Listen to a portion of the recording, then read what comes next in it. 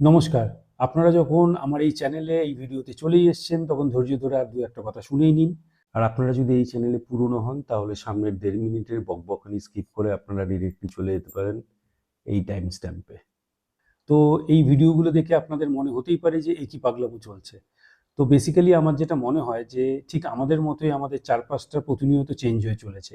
আমরা যে রাস্তা দিয়ে যাই, সেই রাস্তাঘাটের কন্ডিশন, রাস্তাঘাটের চারপাশের দোকানপাট, ঘরবাড়ি, গাছপালা এগুলো সমস্তই প্রতিনিয়ত চেঞ্জ হচ্ছে। এবং আমার কাছে একটা সুযোগও আছে, যখন আমি ঘুরে বেড়াই তখন এই আমার চারপাশটা আমি রেকর্ড করতে পারি। আমার মনে হয় এই রেকর্ডিংসগুলো, এই ভিডিওগুলো যেন একেকটা সময়ের দলিল। এই সময়ের দলিলগুলো হয়তো এই মুহূর্তে কোনো কাজে আসবে না, ভীষণ বোরিং মনে হবে। কিন্তু আজ থেকে কয়েক মাস পরে, কয়েক বছর পরে, ১০ বছর, ৫০ বছর অথবা খুব স্বাভাবিকভাবেই যখন আমি থাকবো না, আজ থেকে ১০০ বছর পরে, যদি এই ভিডিওগুলো তখনও থেকে থাকে, তাহলে এগুলো কারুর না কারুর কাজে আসবেই। এবং একরকমভাবে ভাবলে এটা তো ইতিহাসকেও রেকর্ড করা, কাইন্ড অফ ডকুমেন্টেশন। আর ঠিক এই কারণেই ইতিহাসের পাতার লেখার সঙ্গে যেরকম কাটাকুটি করা উচিত নয়, আমি ওই ভিডিওগুলোকে একেবারেই এডিট করি না। শুধুমাত্র ব্যাকগ্রাউন্ডে যে আমাদের কথাবার্তা, সেগুলো আমি ডিলিট করে দিই।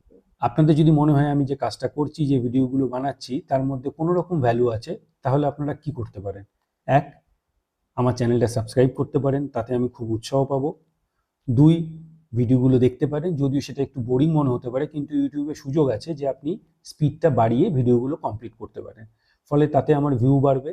এবং আমি যেটা করেছি সেটা প্রায় প্রত্যেকটা ভিডিওতেই আমি চেষ্টা করেছি ব্যাকগ্রাউন্ডে একটা মিউজিক দেওয়ার। ফলে আপনারা যেটা করতে পারেন, মিউজিক শোনার অছিলায় ভিডিওগুলো চালিয়ে রাখতে পারেন, তাতেও আমার ভিউ বাড়বে আর আমি উৎসাহ পাবো।